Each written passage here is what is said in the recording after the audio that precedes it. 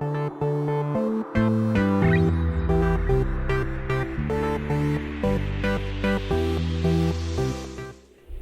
name is Anisi Shemafumo.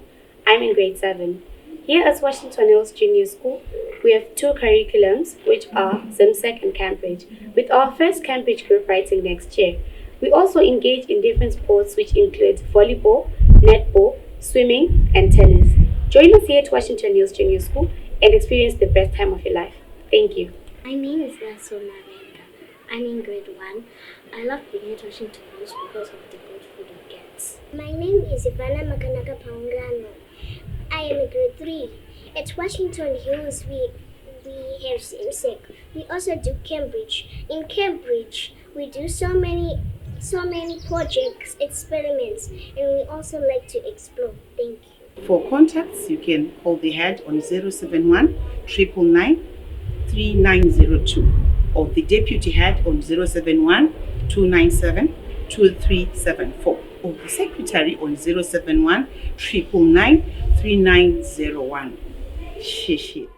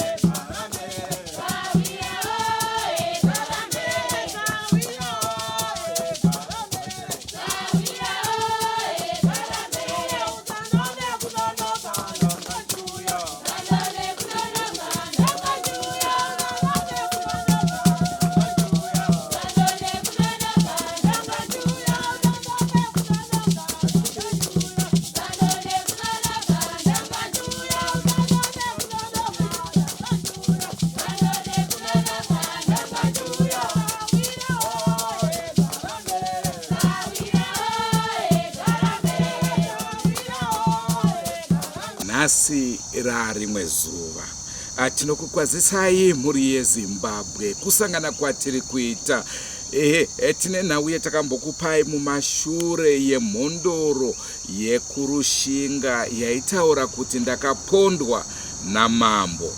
Takakupai nhau iyoyo, vamwe vakapa maadvice ekuti ngaaende anoripota kumapurisa, ngaaite zvakati nezvakati, asi kana muchitondera gore ratokwana hapana chatichatora nzvimbo. Izvo zvakutipa mibvunzo kuti nhaive mitemo muripiko. Tichiuya zvakare kune mitemo tinozviziva kuti nyaya ino ichaonekwa nemashefu. Kubatsiraiwo kanhau iyi.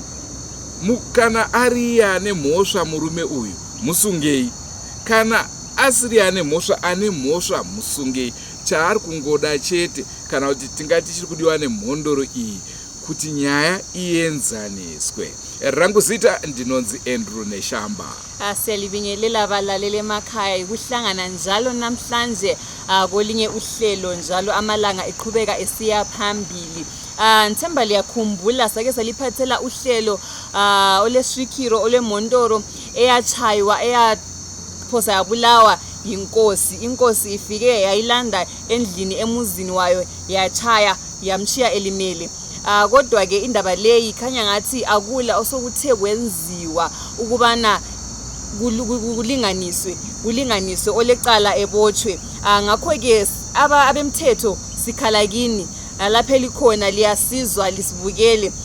Sicela phela lincedisanini nxa isvikiro leli kuyilo elilecala malibotshwe, nxa inkosi kuyiyo elecala mayibotshwe. Asiyananzelela ukuthi sokuze umnyaka usukwanile indaba leyi yenzakele ikhulunywe ngayo, kodwa ke akukho osokuthe kwenziwa. Elami igama nginguThadiwa Nashe KUTSAMWA uMandlovu wenu ospecial. Ndishatoto Shumba special. Shumba. asi nguva dzese muri yezimbabwe tinokukurudzirai kusubscribe kuDrewmas Media. Drewmas Media, taking you to another level.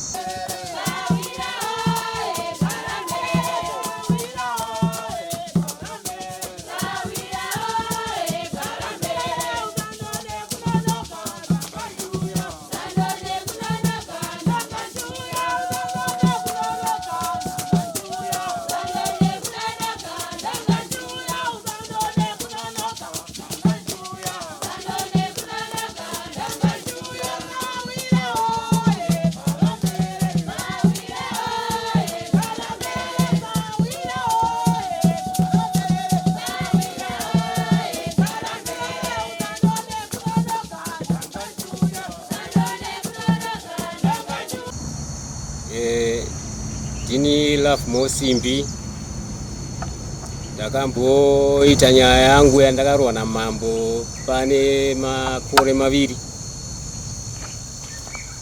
Mambo akauya wachindirwisa pamba. Apa ndaramba kuenda kunoita chiwanu kwaMambo. Vakandisvikira ndiri ndoga. Ndine vana vaduku duku. Mumwe ane 5 years, mumwe 6 years ne7. Vana hapana vandange ndichikwanisa kuasiyira pamba ipapo kuti ndiende kuita matari. Saka vanhu vakauya vakati wandei.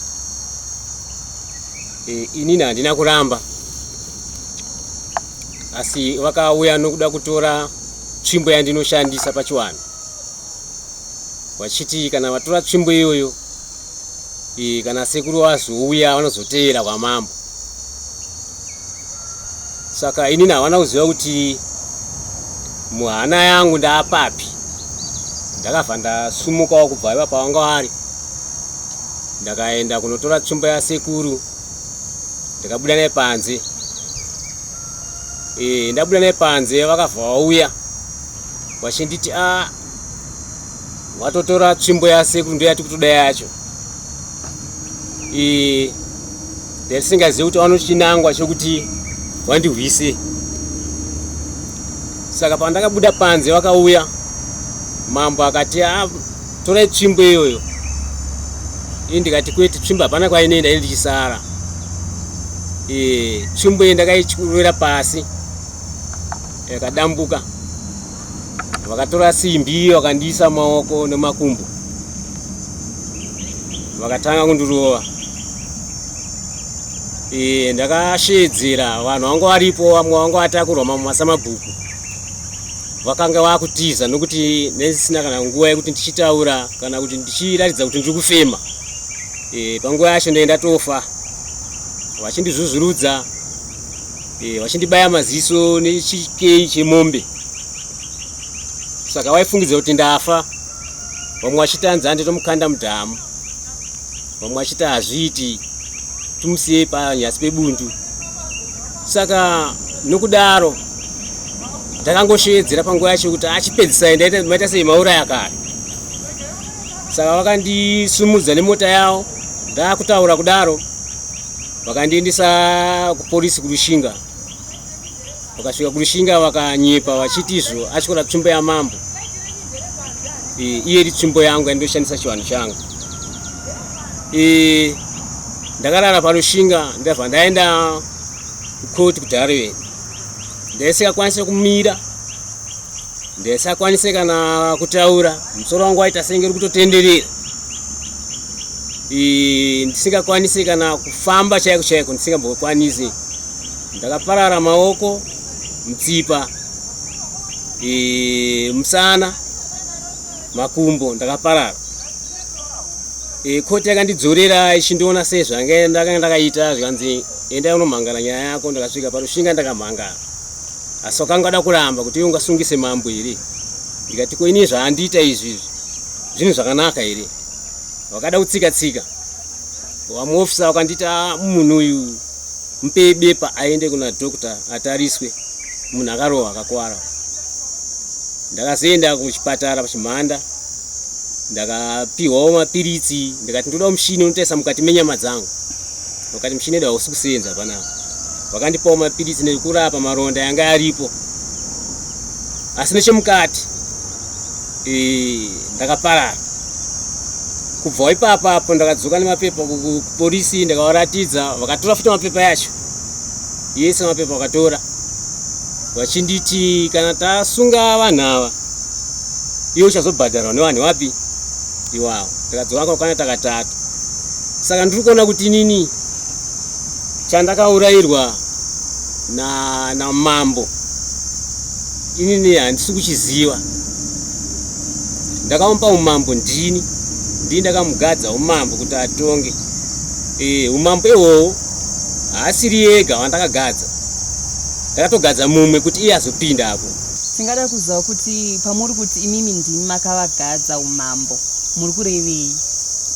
Ndiri kureva kuti ndini mhondoro yacho inotarisa mudzinza kuti anenge afanira kupinda imba yeutongi ndiani. Ndiri svikiro rake iye, ndiye ndakamugadza umambo ihwohwo. Enderai mberi. Inini chakandiurayira Mambo handisi kuziva kuti chii, nokuti ndakamupa ivhu kuti atonge agare zvakanaka nemhuri. Handina kutora umambo ndichipa kudzinza rekwangu inire kwanhari, ndakapa mudzinza rake iye ravanyakusenga. Saka inini handichakwanisa kushanda pamba, nofunga ndakuwara zvokuti maoko yangu aya ndotorarama nekusunga maoko aya nepano padumbu panapa ndotorarama nekusunga mbabvu dzakatyoka. Saka zvinhu zvokundishungurudza kuti inini mhosva yacho ndei, Mambo kana atadza, mwana kana atadza vanomutora achimutonga. Kana dziri mhondoro dzega dzega dziri kunetsana, Mambo anotora dzimwe mhondoro odziisa pamwe chete totaurirana zviri kunetsa. Ndo zvandinoziva inini pachiwana. Asi uye akatora simba rokuuya pamba pangu, nofunga pa 4 kilometers kuti asvike pamba kunondorwisa. Dai naye ndakaramba kuti handisoda kuti ndiite chiwanu zvinhu zviri nani, ndikati vana hapana kwandinowasirira. Vana vakatorara musango musi wachiupi iyoyo.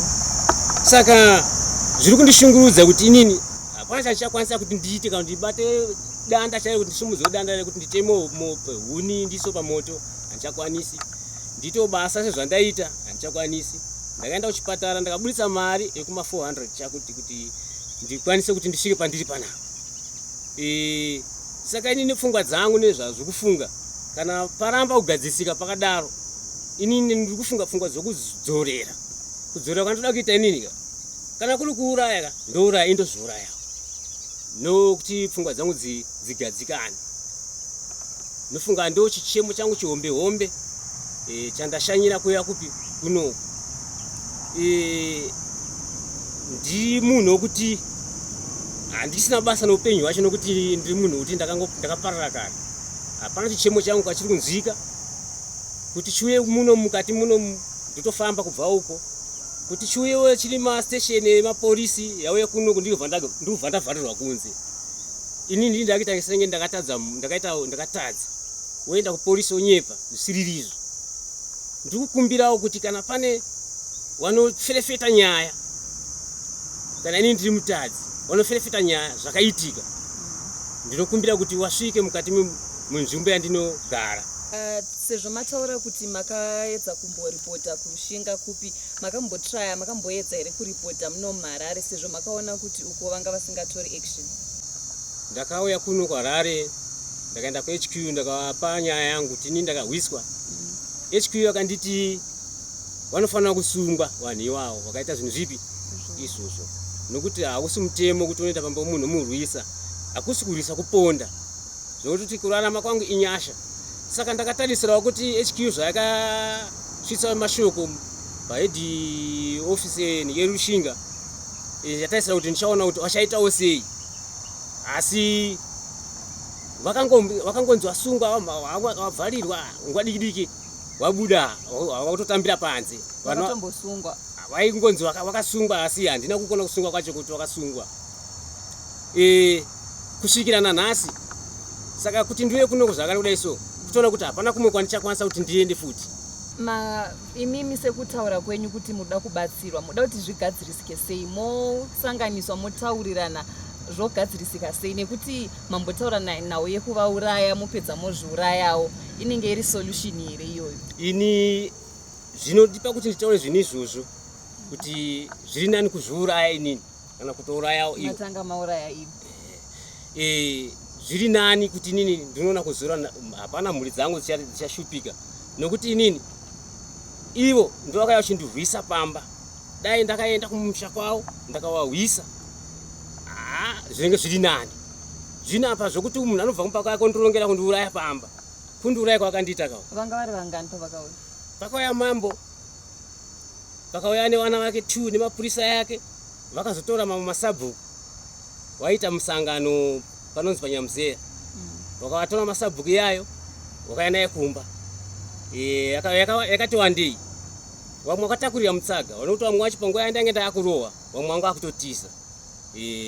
Watoona kuti munhu akutoparara uyu hapasisina zvokuti munhu wakutourayiwa. Saka vanhu ivava ndikazvirangarira kuti ini ndii ndakavapawo ivhu kuti atonge kuti anzi mambo.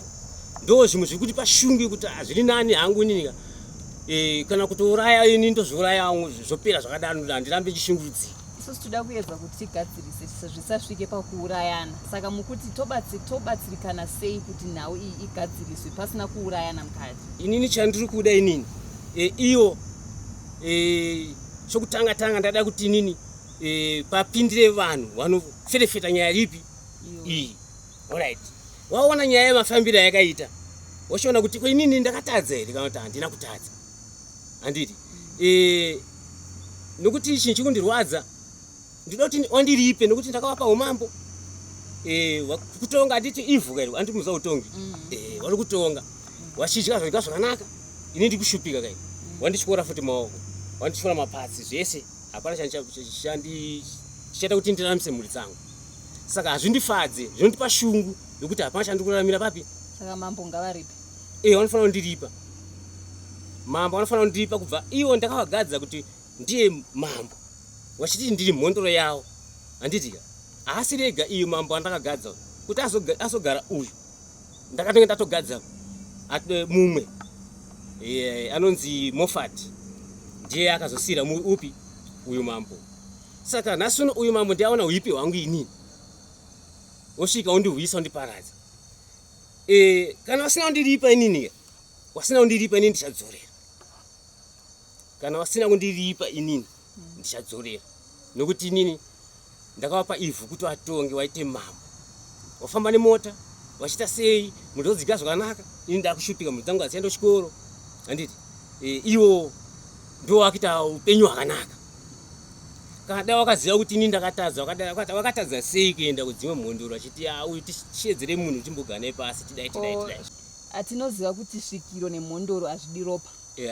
Hazvidi ropa. Imimi kana makutaura matano ekuti munodzorera muchiteura ropa, hamuoni kuti munenge makurwisana nevedzinza nevari pamuri vakakugarai. Izvozvo handizvirambi, asi dzinenge dziri shungu dzangu inini nyama nokurwadziwa kwandakaitwa.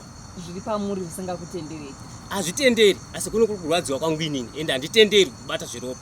Asi dzinenge dziri shungu dzokuti inini ko zvandakaitwa izvi inini. Alright, achandinunuro apa ndiani? Ko ivo vadzimu venyu vakazvirwira varivo vakadzorera varivo panenge pane chakaipa here? Zvakanaka izvo zvokuti vadzimu vaite sei vadzorere. Ivo pamhepo nemarwadziwo andakaitwa inini vari kutondinonokera nokuti ndiri kurwadziwa. Hapana chandichabata. Kupa munhu ivhu, imimi ndikaupai Mambo kuti tonga yapa, tonga zvese zviri munyika muno muzvitonga ende zveizvi. Inini okukupai zvinhu izvozvo mondipesa makundivenga makundiuraya. Zvinenge zvichirevei?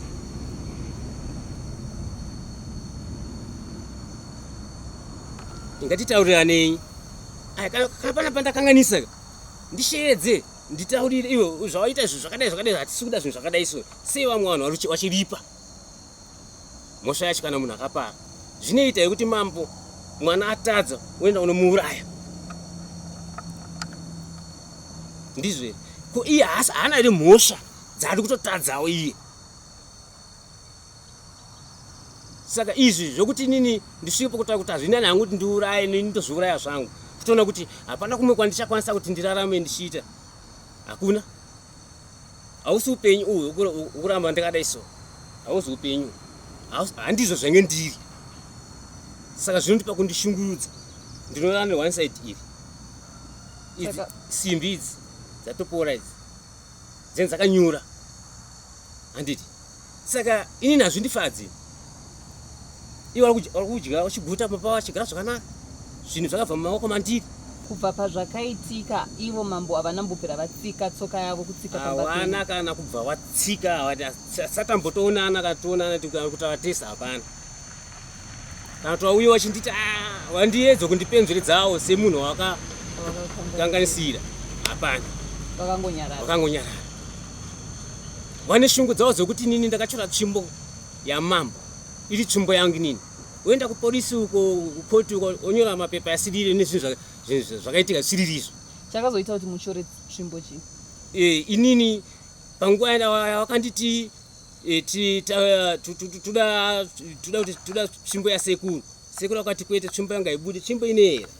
Tsvimbo ndaiti ndikanangisa gore. Paita mvura panapa. Inonaya.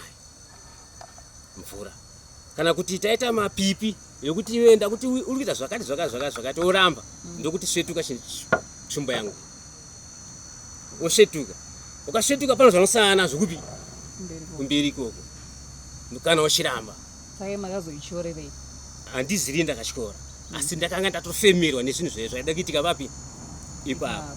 Imi mamufanira kuti mutakurire zvinhu zvenyu zvemudzimu. Imi zvinhu izvi tsvimbo imwe tsvimbo iyi ndeyangu. Inoshanda nini? Haishanda naMambo. Handiti. Tsvimbo iyo ikandishandisa panyama yemunhu. Ndichida kuona kuti mukati menyama muchi chiri kunetsa kana kuti munhu ari kuradzwa nepapi chaipo. Ndikabaya ndakadai so panapa. Ndinonzwa mukati imomo pane zvandinoona ndinopiwa picture. Ndinopiwa picture. Ndinopiwa picture. Kana kubata kudaiwo ndinonzwa ndinenge ndakatopoterwa nechemupi mwana mangu. Saka tsvimbo ende yangu. Tsvimbo nofunga kuchora kwandakaita tsvimbo handina kuchikwerera musha kwawo. Iwo ndo akauya kuti tsvimbo izoshoka nokuti ainge akazvigarira mupi mumba maye. Saka inini chandiri kuda inini ndikuda kuti inini wandiripe kuti wandishandisa inini kuti inini ndiri mhondoro yawo ndawapa Mambo. Handiti? Ngawandiripe. Nokundiro kwakandiita ngawandiripe. Dai ndakaenda kumba kwawo. Kadete takasangana padoro. Tichirwisana. Zvenzwika. Kwete kubva uko. Waya wandipondera pamba. Apa ndine vana vega. Pasina umwe munhu wandinaye. Ndo panondipa pfungwa dzedze kuti zviri nani hangu kuti ndiwadzorerwana. Handimuzvona. Saka ini ndikuda kuyanana. Handisida zvohondi. Handisida zvohondi. Asi wakaramba wachindiona senge munhu wewe zvawakaita wakagona. Ini ndinoadzorera. Apa kugara kwese kwandaita uko ndaida kuona pfungwa dzavo kuti wari kufungawo ere zvawakandita. Saka iwo wane ukuru hwawo hweutongi hwenyika wachiti ndisi Mambo. Kuti Mambo ugare wakauya nani? Wakapiwa nani? Saka ndo pane shungu dzangu ipapo. Zvimwe zvokuti ndichibva kunoko ina ndiri kunyeperera kana pasina kugadzisika papo. Ini ndikuda vanhu vanoferefeta nyaya.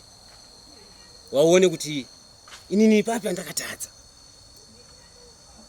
Ndo shungu dzangu idzodzo. Nokuti iwo anoramba chindishungurudza inini ndakagara munyika. Handisi kuita chiwani chawo. Ndakatomira kuita chiwani chawo. Ndakatomira izvozvo. Asi vanouya ndida kubatsira ndotovabatsira. Asi nezvekuguta kwawo handiko. Ndine zvinhu zvandakashanda ndiri mukati mumusha wawo. Ndakavaka dzimba dzemhondoro. Iye ndikamupa kuti aone mota yekuti apiwo nekuti kuti apiwe munda nehurumende handiri. Zvakabva mandiri inini. Ndini ndakamuti ita Mambo iwe. Padhiye anotaura kuti ende mosarudzana. Munhu achapinda apa. Ini ndini ndakasarudza munhu kuti iwe ndio uchatungamirira. Nedzimwe mhondo dzange ndinadzo. Inini ndini mhondo yacho hombe imomo. Hapana munhu anonditonga pamberi pangu. pamabasa echiwanhu.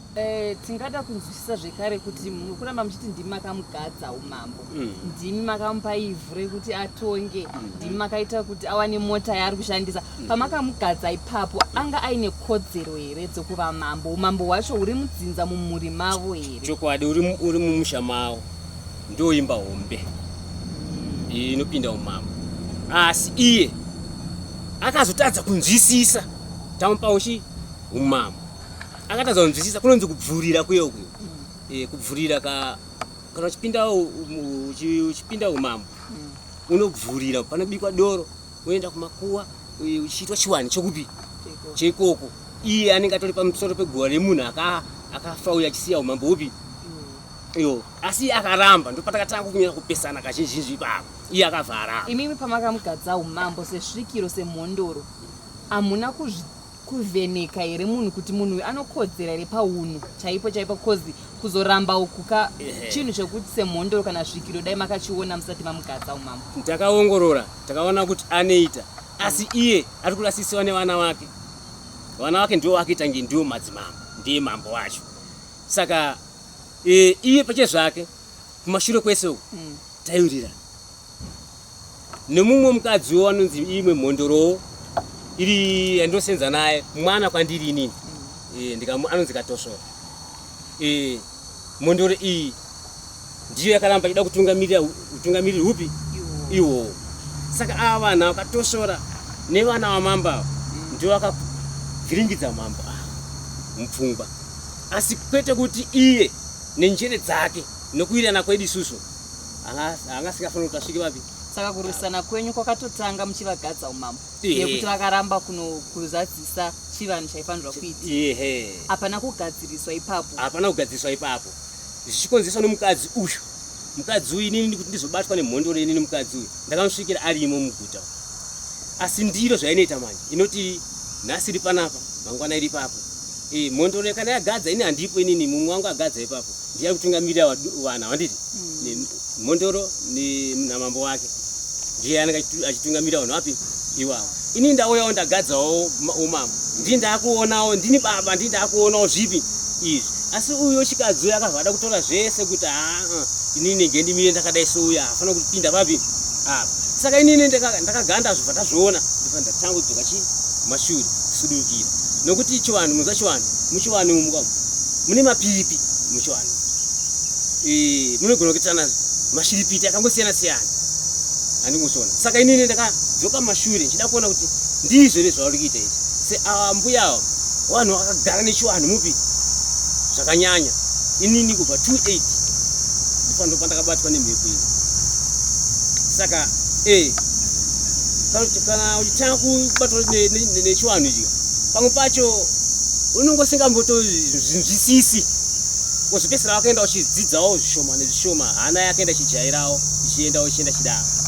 Saka ndo zvavakandita vanhu ava. Inini zvimwe zvoko zviri kundishungurudza kuti dai ndakwanisa kuonawo vanhu vanotora vanhu ivava tichivagarisa kwedu. Kuna Chief Makuni ariko, kuna Rusambo ariko, kuna Chipara ariko, kuna Head ningiri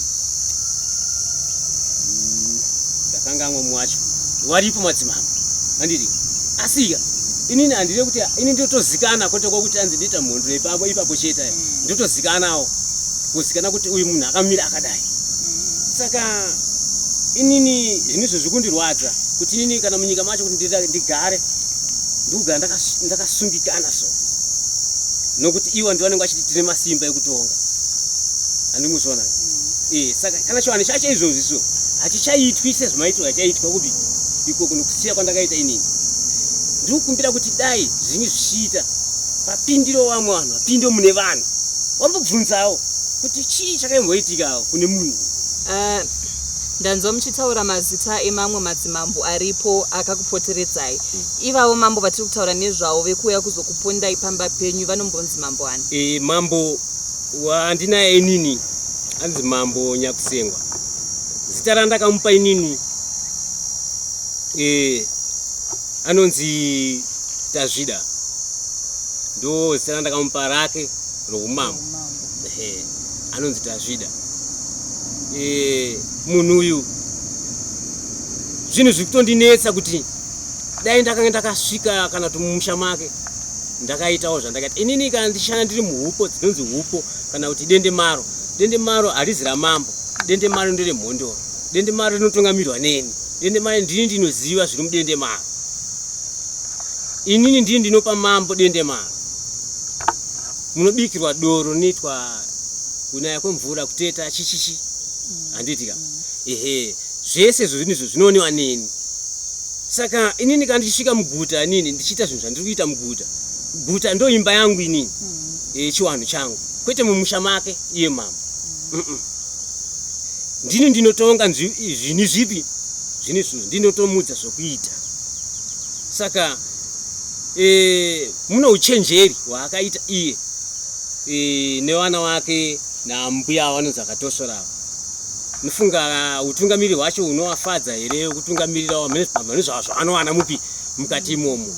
Nokuti kana muchiti muri kusenza mese pamwe chete moita mosarudza munhu kuti uya vatisina basa naye isingatimiri takadai. Handifungidzire kuti tinovaka nyika yacho kana takaita sei takadai. Saka inini hangu inini ndiri kungodawo kuti inini wandibhadhare wandiripe nokuti wakatondishandisa mukati medzinza rawo. Kunditi ndiri mhondoro ndowapa ivhu rawotonga. Inini wonditi aiwa hausi mhondoro. Ipapa mutoda kutaura chokwadi kuti vakatadza kugadzirisa sezvinhu izvozvi inini ndichawashanda. Inini ndichawashanda pachivanhu kana kuti ndichatoita zvekutoronga zvekutonorwisana navo nenyama chaidzo. Handiti wakauya achindirwisa. Iyo wakauya achindirwisa nditi. Ini ndinogona kuenda kwatorwisa. Muri mega. Ndiri ndege. Ndogona kuenda kunorwisa. Apa mabhonzo akachoka munovarwisa chirwisa. Iyo chimbo inogona kutosenza basa iyo. Makushandisa chivanhu svikiro nemhondoro risingadi ropa zviya rinoshanda simba racho rinogona kutouya parichitosenza nokuti inini hangu dzinza rangu wari kutotambura. Dzinza rangu inini wari kutotambura iwe dzinza rangu rikagaa zvakanaka. Chii chauri kumbondibatsira nacho zvokuti makadai soka makateerera kumunonzi yachi kubva pati yese iyoyi kwesoka kusina basa kwesoka kusina basa chii chinondifadza. Dai Mwari nemudzimu ichitendera kuti ini ndini ndakagadza umambo nhasi akuti handisi mhondoro. Umambo wacho ngaambotoumira. Nyangwe hangu handina masimba ekuti ndingakwanisa kumisa umambo nokuti ini ndini ndakamugadza ndini ndakamuti iwe pinda paumambo utungamirire vanhu. Nhasi yakunditi handisi mhondoro. Iye agara zvakanaka akufamba nemota akuita sei. Ini ndiri kufamba naye here mota yacho. Ini ndiri kudya pane chandiri kudyawo here ndiri kutambirawo mari here kuhurumende. Ini ndini ndakamupa ivhu. Kana zvisina kugadzisika zvinhu izvozvi zvina nangu ndogara musango. Kusvika zvaitika zvandinoda ndogara musango. Asi kugara wandikuita musango imomo ndinototsvaga zvekuita kuti ndingaite sei mukurarama kwangu ikoko. Ndikutoshaya kuti ndoenda kupi. Ndakugara ndisingasununguke mukati menyika. Kadai ndakatadza wandishevedze wanditonge handirambe kutongwa. Kana zviri zvake zvemhondoro hazvisi zvake. Inini mhondoro ndini ndinoziva nemhondoro yangu. Mambo anesifano kuziva zvake zvoumambo. Kwete kuti zvemhondoro iwo ozvitora kuzviita zvemhondoro. Ndiri kungokumbirawo vana veZimbabwe. Ndo zvandakaitwa izvini izvozvo. Ndakakanganisika maoko, ndakakanganisika mbabvu, ndinorara ne1 side. Zvini izvozvo zvimanje zvakutonditemesa musoro kuti hapana chimwe chandichashanda. Ndakaita basa rokugara. Ndikabata kadiki ndakurwadziwa. Mari kuchipatara ndaneta nezvekuchipatara kwacho ikoko mapirisi ndadya zvaramba. Mabhonzo yanga akanganisika. Saka mandoona ndichiuya panapa kuti ndiedzewo kukumbirawo zano kune venyika. Kundiitawo sei ini hana kuatadzira mambo. Asi iwo wakauya achindirwisa pamba. Saka marwisiro akandiita hakusi kutora shamu wachindiriwa neshamu. Vakandiponda. Saka inini hangu zvitori nani hangu kana kungozvunguka kana zvanetsa zvokurarama ndinoona zvokuita inini ndinongofawo zvangu. Nokuti hapana chandingakwanisa kuita.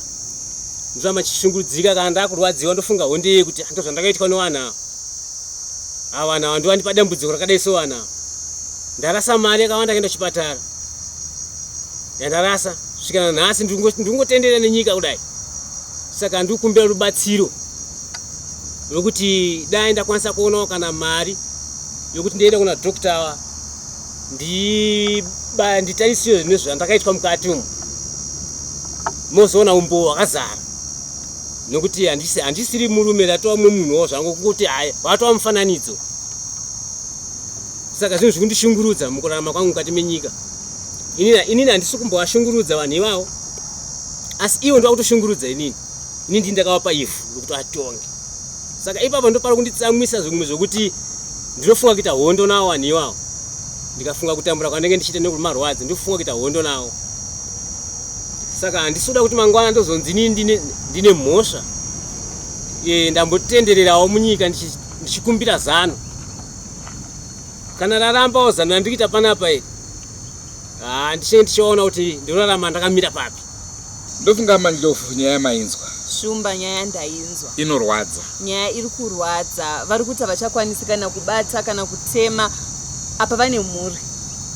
Ndo zvinorwadza zvacho izvozvo. Ndofunga mazvinzwira mhuri yeZimbabwe inyaya inosuwisa, inorwadza, inobata pamoyo. Ndo nhau yatanga tiinayo muzuva ranhasi. Akubuhlungu balalele emakhaya sinanzelele ukuthi karesi ubaba limazi izandla, walimazi iqolo, walimazi inyawo. Akula nto asekwanisa ukuthi eyenze ngapha ngumuntu olemuli ukuthi egamula inkuni ukuthi ekhamanzi ukuthi eyenzeni akasakwanisi lutho.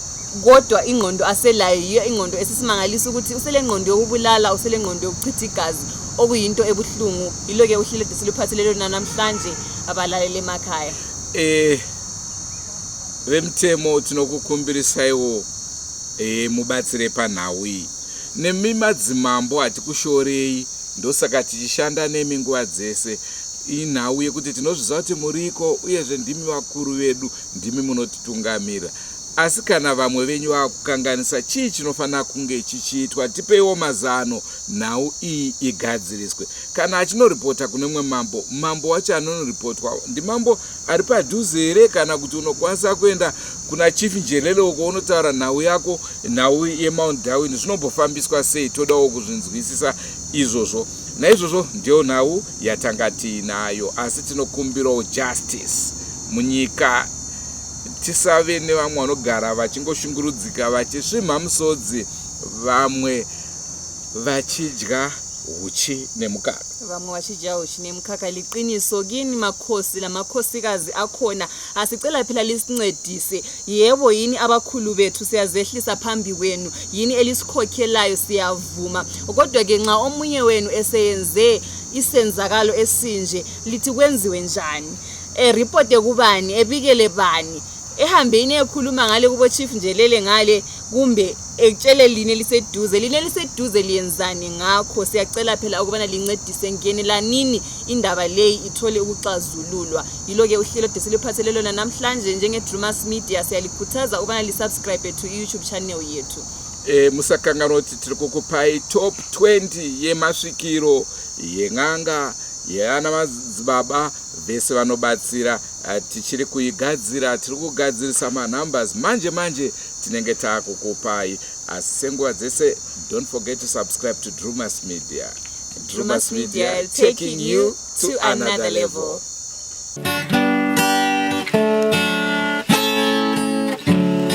Goodbye my friends. Goodbye my friends.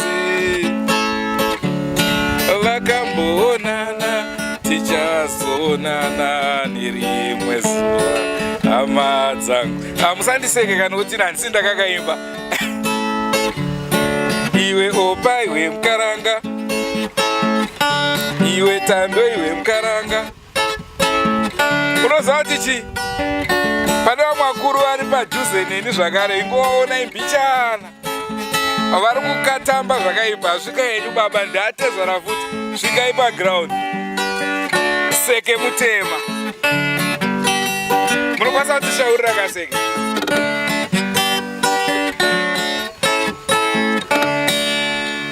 Iwe magi, iwe mukaranga,